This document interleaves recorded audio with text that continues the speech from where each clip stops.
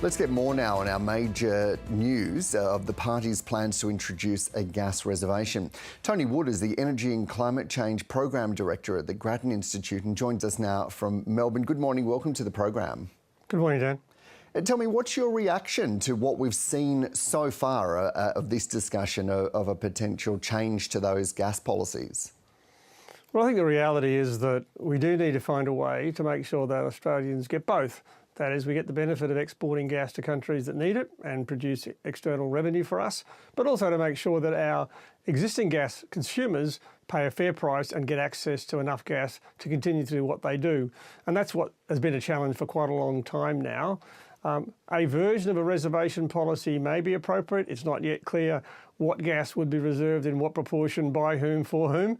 A lot of detail to be worked through. And this will be diabolically complicated, potentially, but it's very clear to keep our eye on the ball. What are we trying to achieve here? And make sure that wherever we do actually delivers that outcome and doesn't deliver difficult, perverse economic outcomes that would be not good for anybody. Well, my next question was going to be, how do you think this would work? But I think you've answered that with that there are many, many more questions.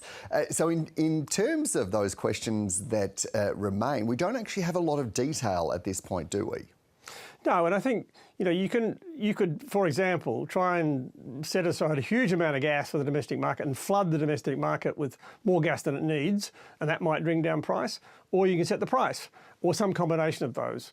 And the complexity around the East Coast is that there's a lot more potential sources of gas. They've got a lot more potential ways of getting gas to other markets than the Western Australian system currently works. So it's that complexity which is important to make sure this is done in a way that does deliver the right outcome for both consumers and producers. And that won't be easy, but it's really important that it gets done, because where we are now has not been very good. Remember, there's a separate issue which also has to be addressed, and that is that Victoria is running out of gas regardless of where it comes from and how much is reserved. You just mentioned, depending on what the details are, which we don't know yet, that there could be perverse outcomes. What would you be looking for particularly? What are you concerned about? Well, for example, and I don't think the people who buy gas want this either, we don't want to permanently subsidise Australian users of gas because they're not competitive. I mean, our consumers of gas here should be at least paying no more than the people who are buying our gas in Japan or Korea or China, wherever it might be. Now, working out how you do that is a lot easier to say than it is to do. Because that's really the outcome we're looking for. And it's going to be an interesting question whether the government, whether the ACCC does this, because we haven't had a problem with running out of gas. The problem has been, what should that gas price be? And a number of things out of the control of government, like the Ukraine war, have contributed to high prices, and they haven't gone away. And our domestic users are being impacted by that, and that's not going to change anytime soon. And if this gas was to be quarantined, where would it come from? Because isn't the case that the deals that are done between these multinational companies and overseas consumers are done well in advance, sometimes up to a decade in advance? And that's the complexity here as well, Dan, because what's in place now are very long-term contracts, some of which will actually start to expire in the early 2030s. And that's not a bad time to think about how we do this.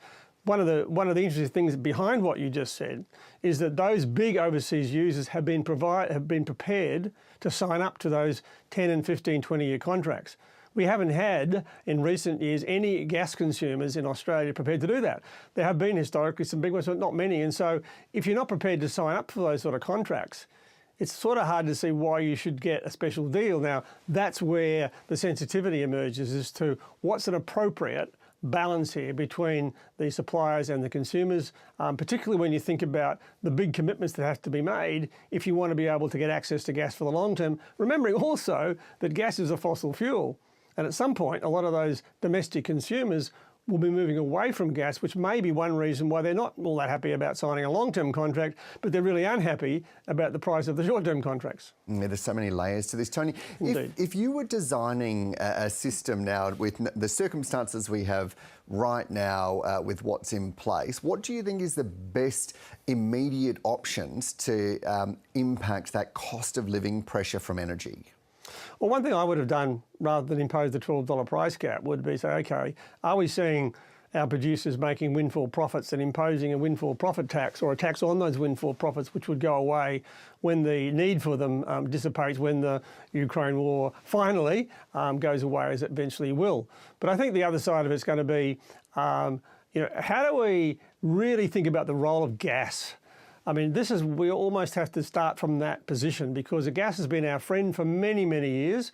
Now we're not too sure how much we want for how long and what for. And as we think about moving to a low emissions future, we need to think about exactly what's the role for gas. And inside of that, the issue of the export market emerges. But I don't think we can consider the export market by itself. The right thing to do now is to think really hard about what is the role of gas in our economy, in this country, and think about all the things we use gas for and get that right. Then we can think about what we do about the export market. Yeah, and I wonder if that is a conversation that we can have, Tony, given we have the federal budget being handed down today. We are about to head into a federal election campaign. Both major political parties have either announced or seem to be on the cusp of announcing policies in this area, they say, because of cost of living pressures and about that supply security. But if this becomes just something that no one wants to have that big and difficult conversation, what are the long-term implications of that? Well, one would be that we just progressively see users of gas closing down in Australia. I mean, I'm not talking about households. Obviously, that would be a different question. We're not facing that sort of problem. But if the prices stay where they are, that will move a lot of people from gas to electricity. By itself, that's not a bad thing. But if at the same time it means that some people's business closes, and we wish they hadn't, because ultimately we find a better way, we could have had a better way for them to solve that, that would be the biggest risk, I think. I think the rest of it can be sorted out. The issue of the impact of gas price on electricity price is a big deal, but gas is an expensive way to produce anything. And the issue here is that we're never going to get cheap gas again. I mean, the gas-led recovery that the coalition government tried when they were last in power just didn't work. It didn't do anything, because it was almost like a pipe dream. We'd never get back to those low gas prices. So if we're stuck with gas prices and fossil fuel for a while yet, then I think we've got to deal with how that's going to work. And for most people, gas will remain affordable, but it's going to be more expensive than it used to be, and that will have consequences. And I don't think you can artificially suppress the price of gas unless the government wants to pay for it. And I don't think the government wants to do that, either side. Yeah, that might be a different conversation. Tony Wood, Energy and Climate Change Program Director at the Grattan Institute. Thanks for your time. Always appreciate it. Thanks, Dan.